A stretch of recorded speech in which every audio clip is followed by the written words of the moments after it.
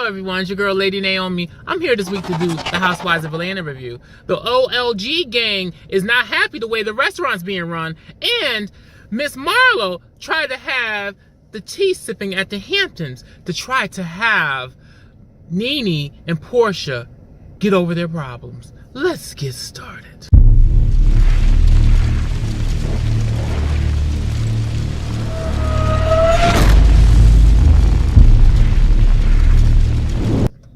So Kenya is at a domestic violence photo shoot. It starts out that way.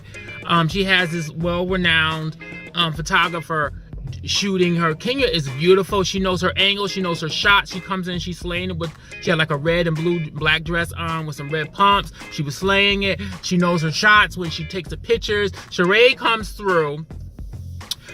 through, and Kenya's trying to, Sheree is not sure if she wants to quite yet be a part of the whole thing, the whole domestic violence thing, because Sheree likes to keep her personal life personal, so by her coming out was a big thing for her. So they quickly joke about it, like Kenya said, oh, so you could be my intern and stuff, I can show you the ropes and stuff like that. So Sheree will be a part of the domestic violence program, or PSA. So that went out without a hitch, and they laughed and they joked about it. It was all a lot of fun, guys. But Kenya is a face. She has a beautiful face. So Marlo walks into Nene's house. Marlo has these over boots on, these cowgirl blinged out boots. Nene's walking around in some silk lingerie with some red high heel pumps on. Honey, they both looked beautiful. They both looked over. They both looked rich, very rich bitch. Okay? And so they start talking about Kenya's PSA and how Kenya wants everybody to say some lines and stuff like that. And she wants everybody to participate in it, which I thought was great. Kenya's trying to, get along with everybody and involve everybody in the situation. And it's good to see that famous people do this PSA, because people can relate to famous people, right? A lot of times. So that's good. And then Marlo also said that she also wants Nene and Portia to come over, and she named it Tea at the Hamptons, because, Marlo Hampton is her last name. And she wants them to come over, and she's also going to invite Cynthia and Cynthia over and stuff like that, so they can talk about it and see what happens. We will see what happens in a few minutes, guys. Cynthia, her daughter, is in the kitchen cooking. Cynthia's cooking a meal for her daughter. Her daughter's down from college, and then while she's in the kitchen, Will calls. So Will calls, and she's talking to Will, and her daughter was like, "Hi, Will," like very playfully, trying to talk to him, and she was like, "Hello," he said hello to her and stuff. And they seem to like her, and I'm happy that Cynthia's happy and stuff like that. We see where this goes. I just want her to take this very slow.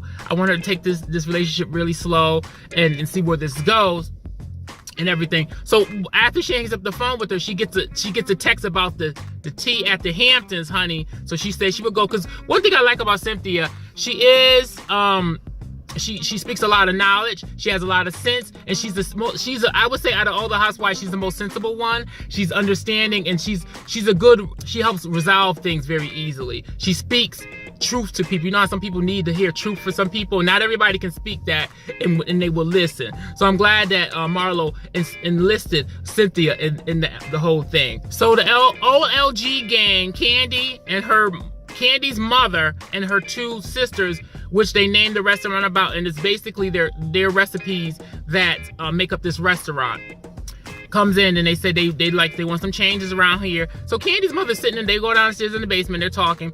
Candy's mother's sitting there and saying, so we need more hosts. She said more hosts like 5 times, and everybody was looking at her like little 5 times in a row, and I'm like, is this lady like a little slow? No shade, but is this lady a little slow? What's really going on?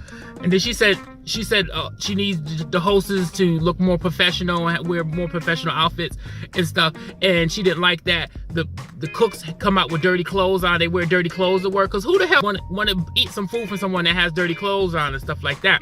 And she said their pants is always hanging off their ass. Honey, you need to hire some professional staff. You need to hire somebody. You need to put a uniform in there. Have everybody wear a certain type of uniform. Okay?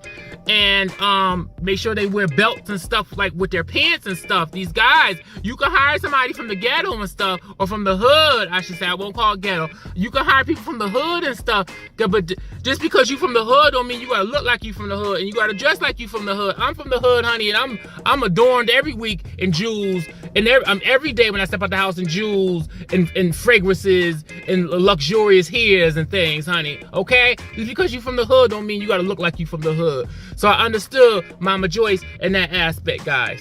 So Portia walks in the office with Ricky Smiley. I think something may be going on allegedly between them. I don't know. I don't know if they want the cameras to see it, but it's something. They started smelling each other really weird. Who the fuck does that? Who smells each other? And they was telling each other what perfume they wear and stuff like that, and what cologne they wear and stuff like that. This seems like a trend that they constantly do. This seemed like this wasn't a one-time thing. I think something had happened between them in the past, but I don't want Portia. Portia's too pretty. Not saying he's ugly, but he's a lot older than Portia. I don't see Portia with him.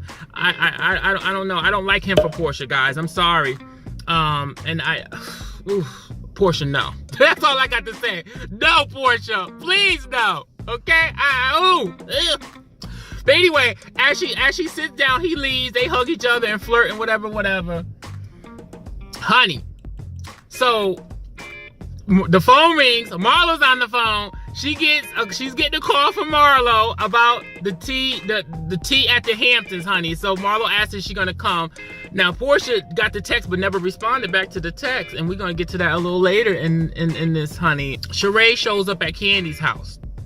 Okay, so Candy start asking her about the kids and how she told the kids about the abuse that she went through with the father and stuff like that. And she also, and Sheree was like, yes, I did. And they took it very well before they went back to school and stuff like that. Her kids are in college and stuff. So she talked about that, except for the oldest one. The oldest one, I guess, just doesn't live with her. She's like 30.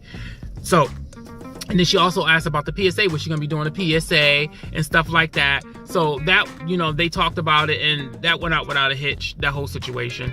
So Candy spills the tea and also says that, honey, Nene said, darling, that your man is a con artist, because, we all know that Nene once dated him. So she said that your man is a con artist. And Sheree returns and says, she don't need to talk about nothing because her and Greg both have mugshot.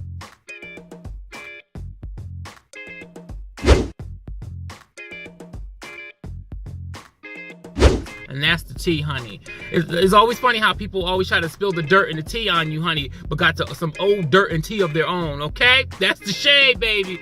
I live for that about Sheree, because the bitch can read, honey. So, and she's absolutely right. So they all arrive at Marlo's condo / townhouse. Is a beautiful house. I think it's like a townhouse.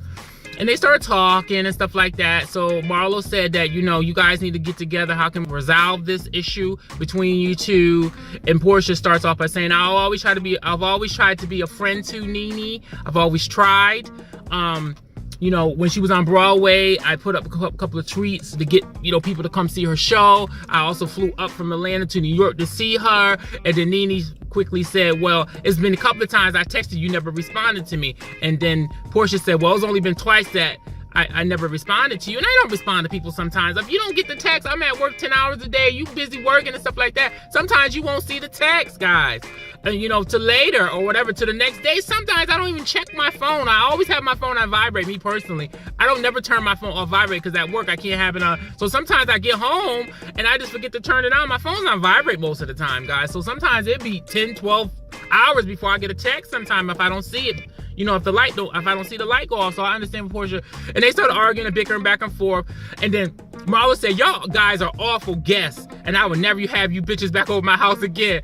Marlo was in her feelings about that, because I guess she thought that she had the power to resolve it, her and Cynthia, but it didn't go down like that. So they said we can be cordial towards one another and stuff like that, but it didn't work, guys. It didn't work.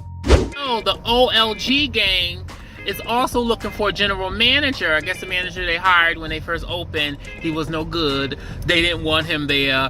He left. Like I said earlier, the staff don't really like what's going on. The guy, I think his name was Will, I believe. He came in He did an amazing job. He also did research. He knows, he read the bad reviews, and he said he knows how to help pick the business up at the store. He also has many degrees in customer service and general management and stuff like that. So hopefully Candy will hire him and see where it goes. You know, sometimes people can look good on paper, but under pressure, they don't do well. So hopefully, if they hire him, he would do very good at the OLG game. So it comes to the day of the photo shoot of the PSA. All the girls is there. Shamia did, I guess she went through some domestic violence. I think she said her first husband, she's engaged to be married to a new person, but her first husband literally knocked her out of her shoes one day. Said something very out of the, he said something, they got into a big disagreement, and he jumped in her face, and I guess she said something that he didn't like. He literally knocked her out of her shoes. She said the first expensive pair of shoes she ever owned. He literally punched her and knocked her across the room.